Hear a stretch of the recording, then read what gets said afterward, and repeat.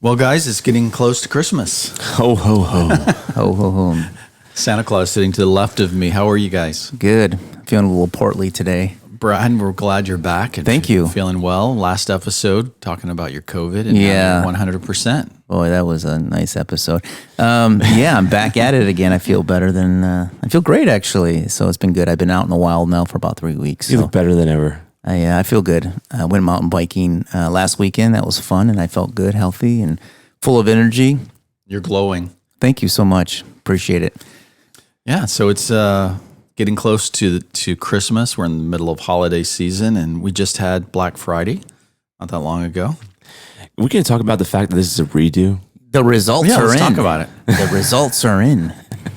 We recorded this entire episode Yesterday and realized there was no card in the board. Yes. Just so you guys know. You're not in podcasting unless you've lost an episode. That's what I hear. So, Yeah. Well, we've done it now. We can move on. Yeah, just so you'll know, it's not like we're that ignorant. The timer was running, the lights were on, it was counting down. Yeah, I chalk it up to equipment error. Well, it was all of our faults because you didn't put the card in. I should have known that the button was purple and not red or green. Yeah. Well, yeah. So in to commemorate that, I'm literally wearing the exact same thing from yesterday. All right. Yeah. Okay, good. So hopefully this episode is better. Yeah, I hope so. Well, we're going to talk a little bit about Black Friday and some of the results there. Some of the stats that I saw, I think I read it on NBC or some other ones that came out shortly after, was that in-store shopping was down. And no surprise, like 52% from last year. And obviously people aren't going out. It's COVID.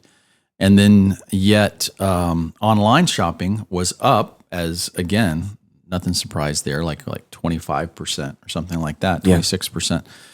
So let's talk a little bit about that, kind of unpack what you guys think about that, and also maybe some of your clients, how they did what you did, better understand holiday e-commerce. Yeah. And then also really like what the future looks like in 2021. Because I know a lot of people at agencies have clients that do run e-commerce. A lot of people run Shopify stores. I know you guys do that. Brad, you have some e-commerce clients as well. So what are you guys' thoughts? Yeah, I mean, e-com, and then also, I mean, how agencies can maybe apply that to themselves, because I think there's something to be applied there. Yeah, for sure. So what was you guys' experience, Brad? Did you have any clients? We do a lot of, in the e-com space, do a little bit more business to business or healthcare, health tech. So it's not as much consumer products. So our Black Fridays that wasn't quite as intense. We ran some specials, some stores that we manage, and did a little bit of promotion, but it wasn't the hype that we probably would have done for a consumer product. But the key is, I think, is that our preparation for it, for our clients, they didn't seem to be thinking about it too far advanced. It was like maybe 3 weeks to a month, and we weren't, even for us, I mean, to try to promote that and to try to help them do something, I didn't think that they were as gung-ho about going all out for Black Friday or Cyber Monday with their products, which, I think every client's different, and I think they just know their niche, and they know that that's probably where people in the business world are going to be more staying at home and not really as engaged. Now, with that being said, I know it's completely different from a consumer product. So I know, Ken, you guys do a lot more consumer products, and so it'd be interesting to hear from you a little bit about the prep time. What time do you start to talk with your clients about the prep? Yeah, I mean, so right, we're all consumer product, all e-commerce, and so leading up to Black Friday, I think the Wednesday before Thanksgiving is always the busiest, craziest day for us, because we're setting up campaigns that go live and all these kind of things for lots of different clients, and kind of just making sure everything's dialed in. But what we try and encourage people to do is to start thinking about it. So we're working with our clients almost a year in advance sometimes and I think that's the more mature, the mature brands are doing that. They're really intentional about building up to that point in Q4. I don't think it's actually not necessarily a day. A lot of people know this. It's really more of a month than a season, which is a good thing. It's spread out longer. And so, we're starting sales in November, early November, sometimes even October.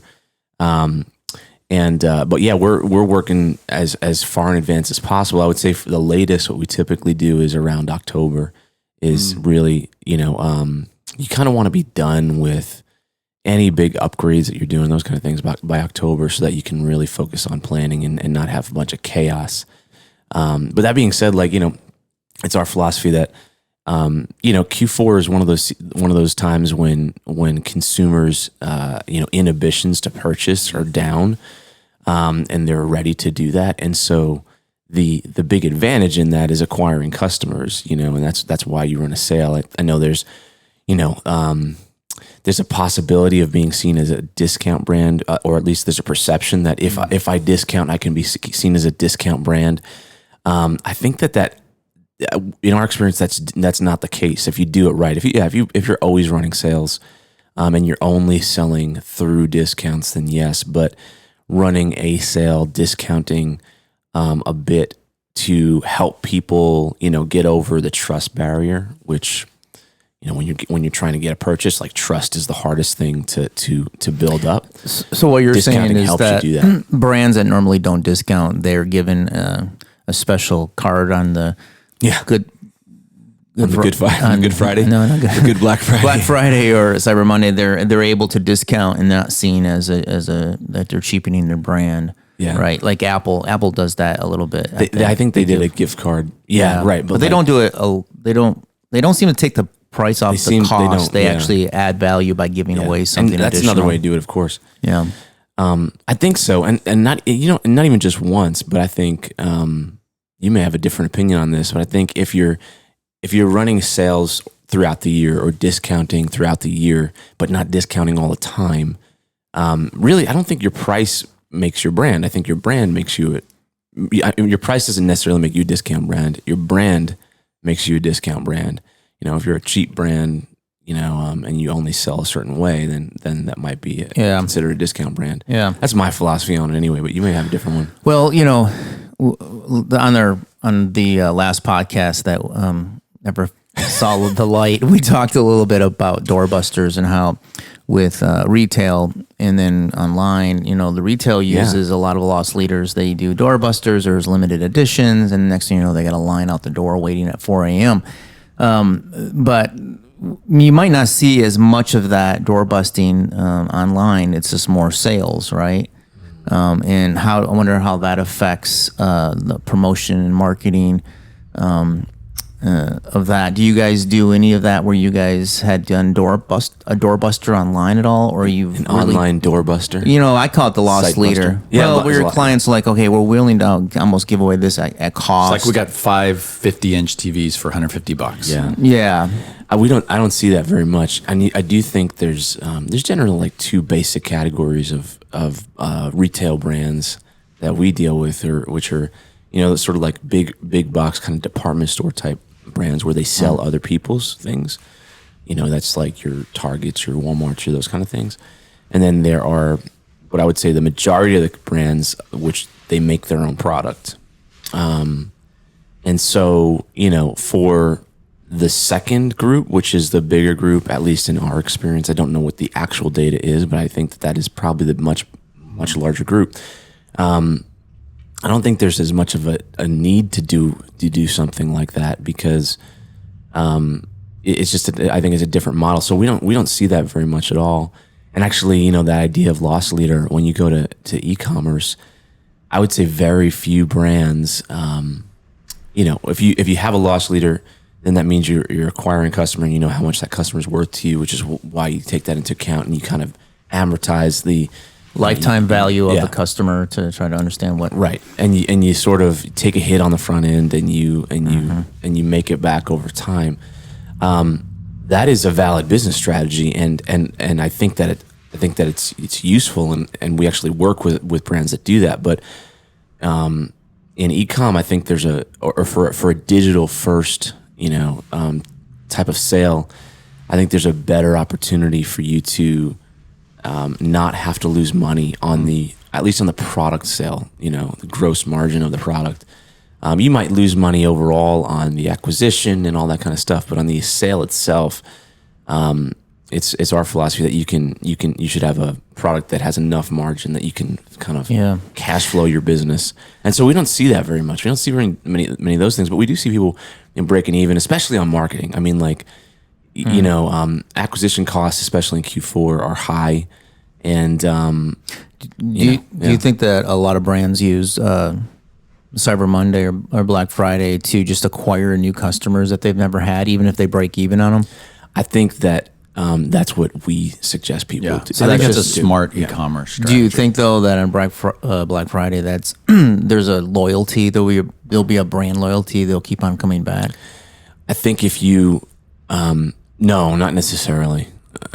Especially if someone's only buying something for, you may kind of like this, but we try and say, hey, you want someone to buy your brand, not your product, right? So eventually you want them buying into your brand, but like when they've never heard of you and they buy it because it's discounted, they haven't bought into your brand yet. And so I do think there's a high likelihood that if you just acquire somebody, bunch of people, and you don't do any intentional effort to actually sell them on your company, that there would be no brand loyalty at all.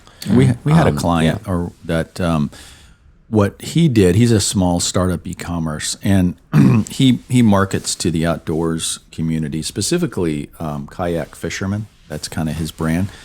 And he doesn't sell kayaks, but he sells accessories and leashes, and there's like a whole world of very niche people who kayak fish, and inside their kayaks they have all these utensils and accessories. So anyway, what he did like 2 weeks leading up to Black Friday is he did a giveaway. So he gave away a kayak, which people love kayaks. And if you guys know, if you've looked at any of what's going on during the pandemic, the outdoors, bicycles, kayaks, fishing equipment. I'm looking for bikes right now. I can't find one. You can't find them, yeah.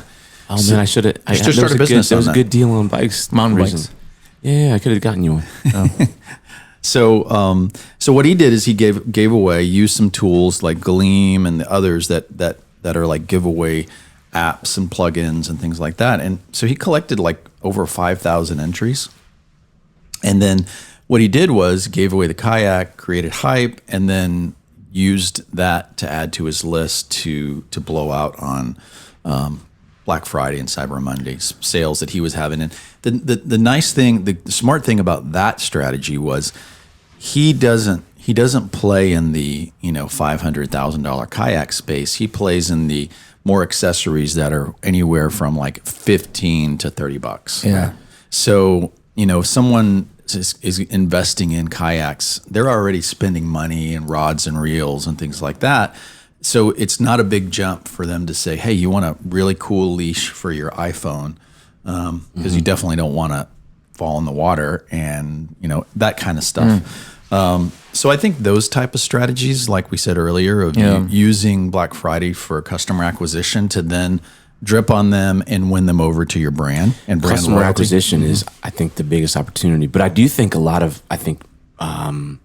the majority of e-commerce or direct consumer brands that come in through our doors are not thinking about it that way. They're thinking about it as, hey, it's one of the best times to make 2-3 times our monthly revenue or more. And so you got to have to coach on that, because I do think which that's possible. And also on a digital platform, e-com platform, you probably have residuals. People start adding things to cart and they leave it there. They don't actually purchase on Black Friday, but now maybe down the road a month or so, you might actually get them as a customer. They might pay full price, but they're checking things out. So I mean, there's probably a lot of good residual. That is the opportunity. In fact, I have a video just talking about the real opportunity in Q4, and it's spoiler, it's not revenue. It's customer acquisition. I think if you do that right, that's how you build value in your business. And so you can level up your customers tremendously through every Q4 and kind of exponentially every year if you're doing it the right way. Do you guys think the future of these specific days are going to go away? Like, for instance, every year it feels like, oh yeah, we're doing Black Friday now, 2 weeks early, and it's like everyone's running sales like a week early, and it's going to be 2 weeks our early. intern pressed send on the email. Yeah, you know, or you're like Amazon that has their own day, and it's like, when are brands going to start maybe having their own day? Maybe it's Adidas Day, right, or something, Nike Day, or whatever other brand. I'm waiting for Tesla Day. Tesla Day would be great. Yes, I'm waiting for Tesla Day. I don't know, man. Sometimes I'm like, this has got to end, and people have got to get wise to the psychology. And then the other side of me is like, the humans are humans, and they're going to continue to think that they're getting deals, and they'll wait, and they respond to sales, even though people mark it up, and it's crazy. I mean, we see it extending, right? So it's no longer just Black Friday, Cyber Monday, which is obvious. Obvious. Everyone listening to this knows that.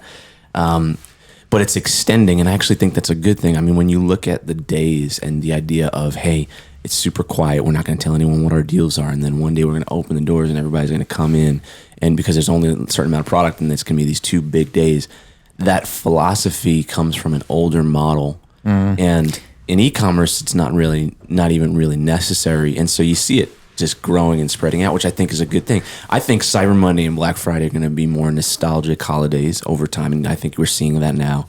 And I think you're still going to see stuff, but I don't think it's going to be out of necessity. I think you're going to see seasons expanding, and we see that every year. It started in November, October. Yeah. One thing that I've noticed with the difference between Black Friday and Cyber Mondays, Black Friday was always a very competitive game. Meaning the doorbusters, you get there first, the lines, people are getting a lot of control, right? And lining up, and it's felt like a game, like a competitive game. You know, the doors open, everybody runs in and tramples on top of each other to go run and save $100 on that TV in the back. I'm wondering if that will somehow cross over to Cyber Monday, where there is that kind of gaming approach. Well, it already is. Go online and try to buy the latest Xbox or PS5. I mean, people set up bots. It's funny, my son showed me on eBay. He's like, Dad, check this out. So there's this guy on his account, and you can go in, you can put in the new Xbox XS or whatever it is, and you can see all these people selling them for like $1,000. They're normally like $500, $600, like $1,000, $1,200. And all of a sudden, you see this guy has one for $499, and he's like, Dad, look at this. And then I go, wait a second. It says read the description. And so he reads the description. So what he's doing is he's really mad at the bots that are going out there and auto buying these things on eBay. So what he's doing is he's selling a picture of one for $500. And he's already sold like 3 of them. Isn't that great? But your point is that's the equivalent of, the competition in the digital world of people getting there, sleeping out, and then running as fast as they can to the back of the store. Instead of that, you write a bot. Yeah, you create a bot and you buy up everything, and you're competing with the other guy who has the bot to try to get there the fastest when it goes online. No, you're right. I think there's definitely a fun factor. There's an enjoyment, I think, of the season and of the day and the days that I think shouldn't go away. I think it forces us to be creative and to be interesting, and especially as brands, think of something interesting to offer at that time. I think there's that nostalgic factor.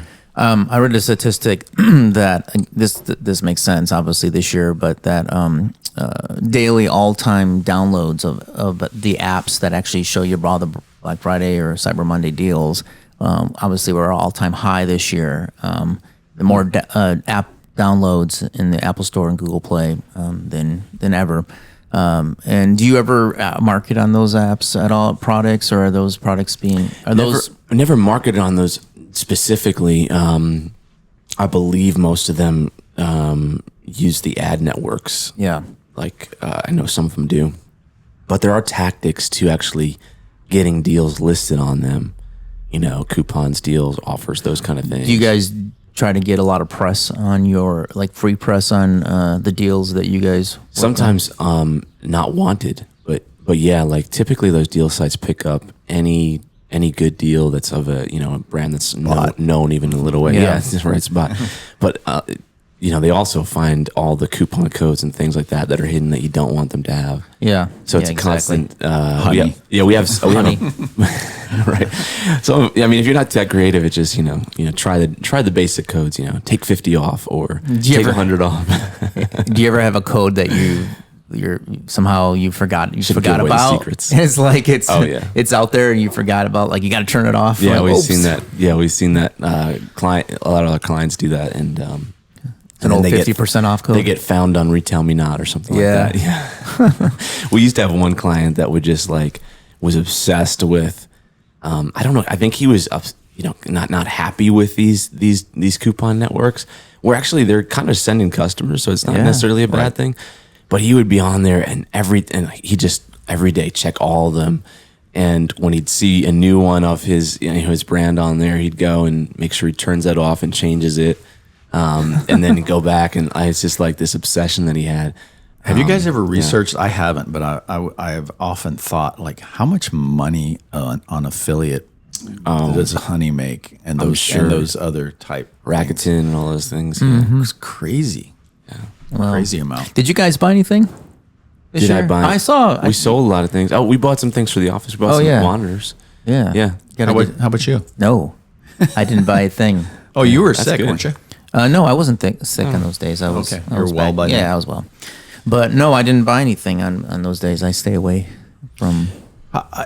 Kind of shift the gears a little bit. very smart. How can we as agency owners, employees, wherever you are in your solopreneur career, is there a way to use these holidays for our own businesses versus just we're doing stuff for our clients? I mean, we sell services, right, as agencies. Have you guys ever done anything like that, or is there a way to monetize or to increase your customer base?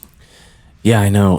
I was thinking about that before this, when we were discussing this topic earlier. I think that, I think we should avoid as, tangential industries. I think you should avoid being kind of kitschy or, Right. hey, Black Friday offer agency, I don't know that necessarily works, but I think we should consider how can we effectively and appropriately be in that conversation, to serve that industry. For us, we happen to be obviously serving the direct consumer industry. And so we've got services and we have products of our own. And some of them are kind of self-serve services. Yeah. Well, since you're yeah. really more in a pure play e-com business, that's what your business Yeah. does. It seems kind of appropriate that you could offer a package for new clients that could help them with their e-com, especially in market that around Cyber In Monday. Q3 or Yeah, something. Yeah. you know, I think or beforehand. information marketing, it could be something like leading up in September, October, like 10 things you need to know preparing for Yeah. Yeah. Cyber Monday or Black Friday. And just, Well, right now, if you go on our website, you go on our store, you'll see the Black Friday for e-commerce people sale happening. Okay. So, Metacake.com. You can get metacake.com or store.metacake.com. Oh. But that's Hold on a second. I got to go buy some. we got all our guidebooks are $7. Courses are deal. 80% off. Yeah. That is for us, in all seriousness, and it's different for everybody, but I do think you should consider I think the bigger question is how do you acquire customers? Black Friday, Cyber Monday, that's kind of a place where I think customer acquisition is the opportunity. So as an agency, how do you, whether it's then or other times, but how do you create opportunities where you can kind of mass acquire customers, and by mass I mean in a greater volume than you normally would? I think what you have to avoid is just saying, hey, we have a sale and discounting your product, because the truth is that I think that, if you discount most agencies, if they discount their services, they're going to lose money on them. And if you don't know the customer lifetime value, an e-commerce brand, they know that someone's going to buy 3, 4, 5 or more times, in their lifetime, and that lifetime being, not that long, not that far away, like 90 days, 365 days.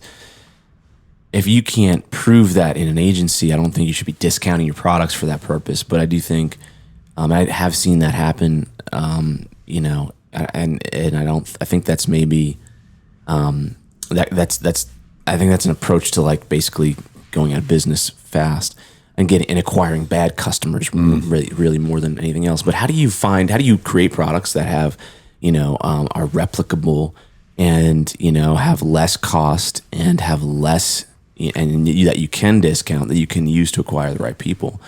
That's the question that, and I don't have an answer for that, but that's a question that I always ask myself, and we're always trying to figure out is how do we create products that create value in of themselves, are economical, like in and of themselves. If they sell, we make money on them, that kind of thing, but also are effective kind of leaders into Have our you world. seen that at all? Meaning, have your products led to customers or clients? Yeah, we've tested lots of them, and we have, yes, our products have. I would not say, I think that there's a sweet spot. And so we have products that are under $10, which are like guidebooks, like kind of short mini reads, like to kind of brush up on a certain area of for us, e-commerce. And those sort of the lower cost, Right. Those I would say rarely lead to service business, which would be obviously much more expensive. But they do lead to other business, like more business in that world, and they do lead to it's a different type of industry model. But then we've actually got we have courses and trainings and those kind of things, higher cost. And we've actually just launched a few. Actually, around Q4, we did a Q4 boot camp, and the results of that were really interesting because it's a higher cost item. Obviously, it's several $1,000s to be part of it. It's a 6-week course training. We take teams through preparing, their direct consumer brands for Q4. And our goal is to create a ton of value, and our response so far has been that it has created a ton of value and was well worth it. And so it's a good sweet spot for you want the value, that the perceived value and the actual value to actually outweigh the price. So it does that. But the interesting thing about that is the price point was high enough that and it attracted the right type of brands that actually have led to more conversations, have actually led to more clients out of those and those kind of thing. And so it's still early to tell in some of those for us, but I think we're seeing a lot more positive transition to clients from products like that. And I think for agencies, I just think that I know there's a course training trend. Like, definitely, I don't think you should just start, recording courses on your iPhone, how to make $1 million overnight and that kind of thing. We don't need more of those people, I don't think. But I do think, in my opinion, I've said this before, I think the product that agencies have is experience and knowledge. I don't think their product is, printing ads and designing stuff. Right. I agree. I don't think that that's their product. So how do you, I think that you can teach some of that stuff, and I think you can teach it more effectively than maybe more. That's kind of what we're doing right now, right? It's like we're not. This is we're sharing our knowledge, pulling back the curtain, agency exposed. This is not about. I mean, we get up at 6 o'clock in the morning, come here and record at 7, not because. And then do it again. Yeah. When it doesn't work.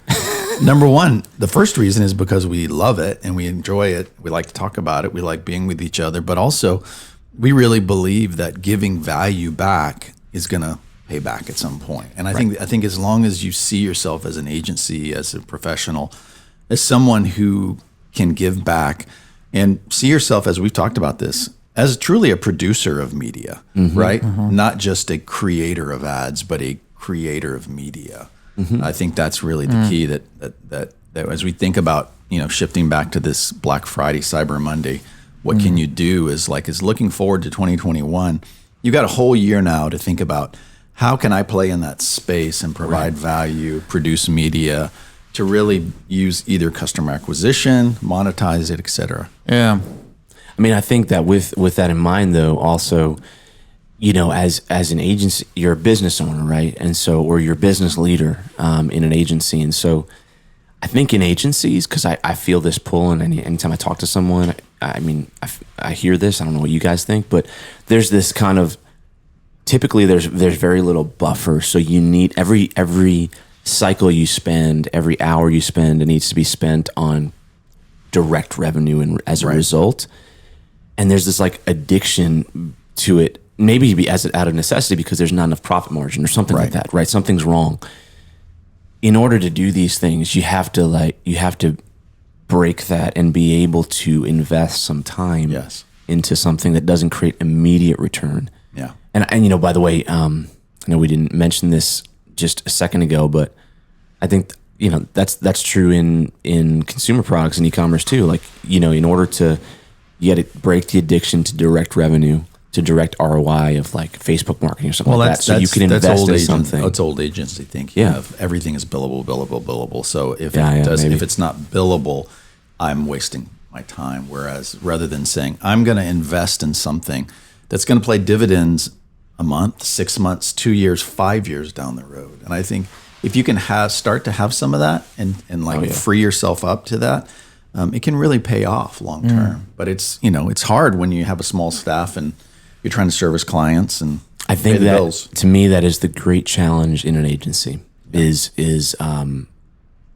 finding time and investing into R&D, because it's hard to get it to where it's working without you as a key part of it. It's also tends to be hard to break the mentality if you're able to do that. I think that's one of the big challenges in agency life. For sure. Hey, you said on our last show that never saw the light of day that you went to the mall or something. Oh, yes, I did. Was it on Black Friday? It was on Black Friday. I went to pick up something from Apple. Oh, okay, so Apple, I was at Apple actually. I'll tell you why later after the show. But they have that Corona test. Well, no, they do Corona tests. They do now. Apple. Just joking. They just have a new app. Oh no, but I saw that you can't walk around their store and touch and hold things anymore. They just have like they put a big glass wall up where they just have like it's like a museum now. Yeah, it's like going to the bank. It's like you just go up and they have exactly a glass. Like they have a glass window that you can. Ooh, look at those. Yeah. So. All the money. What was your view on the mall? Obviously, this is a unique year with COVID, but do you think the mall's Ken dead? loves the mall. You think the mall's dead? No, I love this topic. So I do like the mall. I never go, but I just think it has like this feeling to it. Me and my bros like hanging out there when I was 16. Yeah, I know. Mall rats. Yeah. In Queens Center. Yeah. New York. The mall. Yeah, no, I hope the mall doesn't die. I don't think it will, so let's talk about this because I think it's an interesting idea. On Black Friday though, I went to pick up something from Apple because I happened to just, I ordered something and it came in on Black Friday and I was like, dang it. And so I got dropped off there and someone waited outside and I ran in. There was like no one there. On Black Friday. In the entire mall. And I mean, relative to like what a normal day would be, no, it was empty. And that's when I really was like, wow. It was a true impact, like a difference between last year and this year. I actually heard though that in some of the stats I've read so far, and even to our experience, like this year, online sales were sort of flattish. Like they were kind of about the same as what they were last year. They didn't really increase a ton. Like we had some brands that went up. We had some brands that stayed about the same. And that actually, from all the data I've read, that's about right. And I even heard that I think Cyber Monday of last year still was bigger than any one day this year. So with the hype of Q4 and everything going online, and in-store retail being down, you would have thought, and we were ready for like this year's online sales to be just through the roof. And it wasn't, which tells me, I think it's getting spread out more. Malls. But it's the mall's problem. But yeah, too, I don't think people are spending as much, and their focus is on different things, which is not a bad thing. But yeah. So what's going to happen to malls, in you guys' opinion? That can't continue, right? I think like the Walmarts are not going to be just the Walmart. They're going to be distribution centers that you get your products in 2 hours. Yeah. So it's a way for them to compete. And I think, Amazon or Walmart is in a good position because there's a Walmart in every small town. Well, have you guys been to Whole Foods lately? I frequent there. And ever since Amazon bought them, they are a distribution center, meaning when you go there, Yeah. there is at least 10 people walking around picking and packing, right? And a lot of times the shelves will be empty because, these people are walking around with their iPhones and their bags. They're setting things up and going driving it to people, Yeah. which I think is an interesting phenomenon. and they're also, if you go- real-time distribution centers. I went to the Whole Foods this past week, and they're taking up a lot more real estate inside just for Amazon, sending packages and picking up packages, and so they're definitely using Whole Foods right now as a smaller distribution center for sure. And I think, the malls I think will have their place, but it might just be just to kick the tires. It might be like the Tesla model where you go in and there's showrooms, and then Here's what I order think would or be something. interesting. Display centers. Display centers. Now, I've always said for the last several years that if you have I think a physical location is good. Obviously we're in the direct to consumer space. I think a physical location is good, but it can work. I mean, you're gonna have to have a warehouse anyway. Why not make it a warehouse where people can come in and buy stuff as well or see stuff? And so when Whole Foods does that, and I know it's happened. Walmart, all these places are sort of changing to this hybrid distribution centers / actual store. But for a mall, you have all these little businesses that are some are not little, but I don't think the pretzel kiosk is going to stay. you don't think it's I going to don't think they're going to be able to last. What would be interesting is if the mall provided some infrastructure to actually fulfill products in a unified way. So like all the people that are in there could actually sell online. They drop it off to the mall center where it goes out, and then it gets fulfilled. I think that could be potentially the future. I mean, you already see it with Amazon and the Amazon stores setting up in malls all over the country. And while you can buy stuff there, it's really more of, here's the top 10 best sellers for the month, and they change them out every month. And then they have a product from every category. Yeah. Maybe the future is when, say a woman goes to Madewell, maybe it's a smaller store, and she can try on whatever she wants, look at things, and then go up to pay, and they'll say, okay, that'll be delivered to your house by 5:00, or it'll be there tomorrow. And so they don't have anything to do with holding any inventory there. They don't have to worry about products. They can make their showroom smaller, less real estate. And it's really more of a try on, a look at, a touch and feel. Yeah. But you don't really walk out with anything. Yeah, the Amazon stores always remind me of Bridgestone, or not Bridgestone. What's the Yes. tech? Water? No. Stone. Brookstone. Brookstone. You remind me of Brookstone, kind of, where Yeah. Brookstone was always a big mail order, as well Or as Sharper a store, Image. Sharper Image, where you go in and they highlight all the cool little things, but they're very compact and they put a lot in, and it's very small. Kind of, it's not like a Walmart where you feel like these 30-foot towers of you stuff is think going to people fall are gonna on you. get- That Like- bothers you, doesn't it? Don't It you does think they're bother gonna get- Well, seriously, if you Yeah. if you go to Target, you don't experience that because they keep their they don't stack their product 30 feet high. Come on, only three high. I know. I would say to me, it would frustrate me, right? Like if every store, I get the worst to me, I hate shopping for furniture. You go to the store, you're like, I want this couch. Like, sure, it'll be here in 2 weeks. It's like, Yeah. what? Why can't I take it home today? Yeah. I need it today. Yeah. I feel like if there's no one offers that, it would start to become a frustrating experience for consumers. Yeah. Well, but the thing is, I think that's what's going to happen is that it's going to be, no, I mean, seriously, it's going to be same day. Like you literally can say, yeah, you can come in the morning and look at something. We'll have it to your door at night. I think you're right. I think there's a lot of innovation on the shipping side. That's Big time. happening. I mean, shipper, Not that I think I know. the thing about this year, though, is, reading the news is that the shippers put limitations, UPS and FedEx put limitations of how many packages that they could ship. I heard that they stopped shipping some of Nike and some other brands because they reached their quota. Yeah. They gave them quotas of how many They packages told they them, could do ship. not pick it up. Yeah, so they weren't prepared, but I do believe there's going to be a lot of innovation, specifically in the shipping. Well, I know I've worked with some e-commerce, setting up some e-commerce stores for clients in the past year or two. And I know FedEx is one that has worked really hard to work with e-commerce stores, and they have a service that's a guaranteed 2-day anywhere in the country. And it's really not anymore. It's actually competitive price. It's not like you're paying for, in the old days, overnight shipping was crazy expensive. Talking about shipping, we got a helicopter truck, we got a truck coming, drone through. going over. Oh, is that what it is? Yeah, But I think Amazon and others are driving this experience and expectation that everybody expects. Yeah. 1 day, 2 day shipping, and if you're going to provide that service or start an e-commerce store, you've got to have that. Well, I mean, actually, Wait, is that our Amazon drone dropping off our package? Apparently, I guess so. Hopefully, I don't know if people can hear that or not. Oh, yeah. It went away. There it goes. I think it was a helicopter.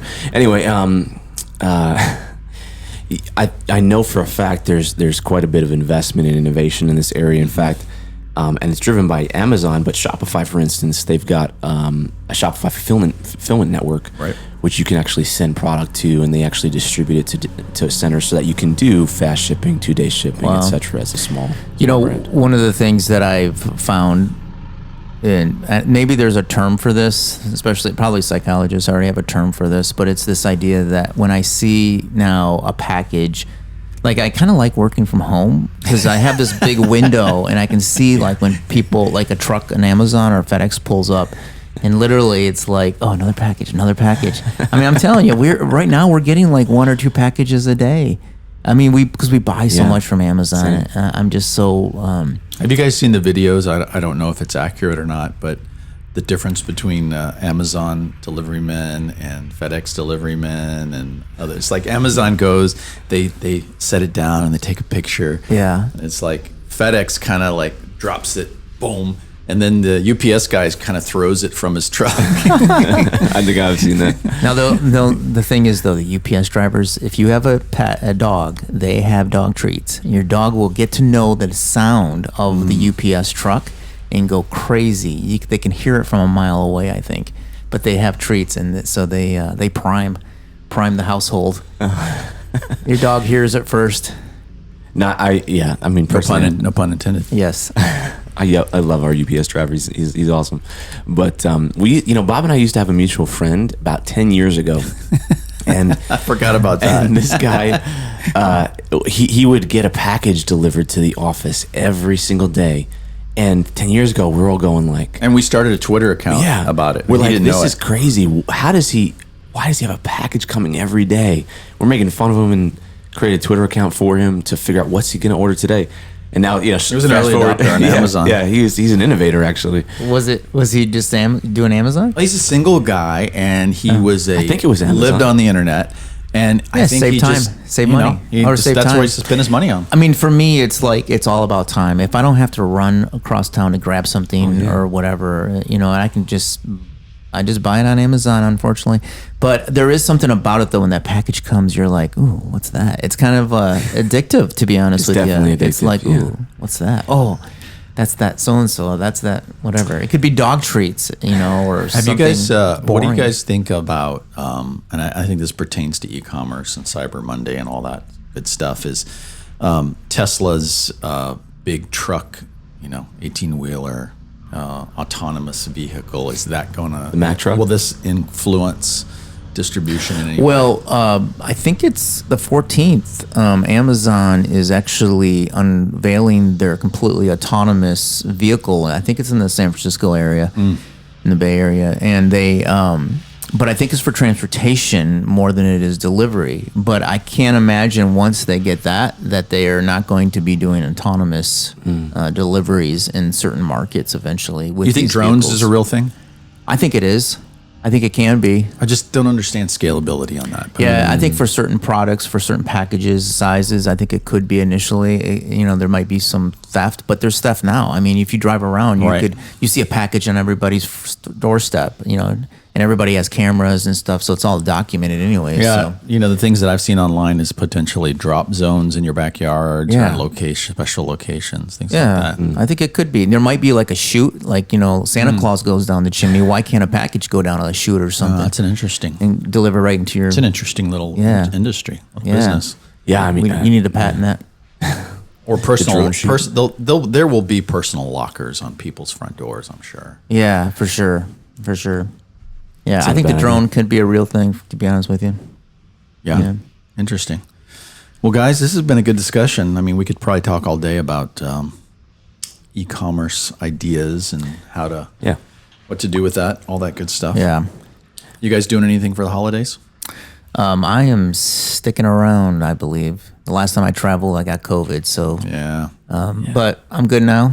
I've got a superpower. I'm a little bit, I got the vaccine. Mr. Antibodies. Vaccine the hard way. We'll do some transfusions here later. Yeah, I don't know how long these antibodies last, but I've heard more than about 4 months or more. So we'll see. Good. Well, listen, guys, or listeners, if you would like and rate our podcast, I'd really appreciate it. Maybe stop what you're doing right now at the end of the podcast and rate and review. It really helps us. We're starting to climb a little bit in ratings and getting more listeners, and we've got some things planned for 2021. Anything else, guys? Awesome. No, do that safely.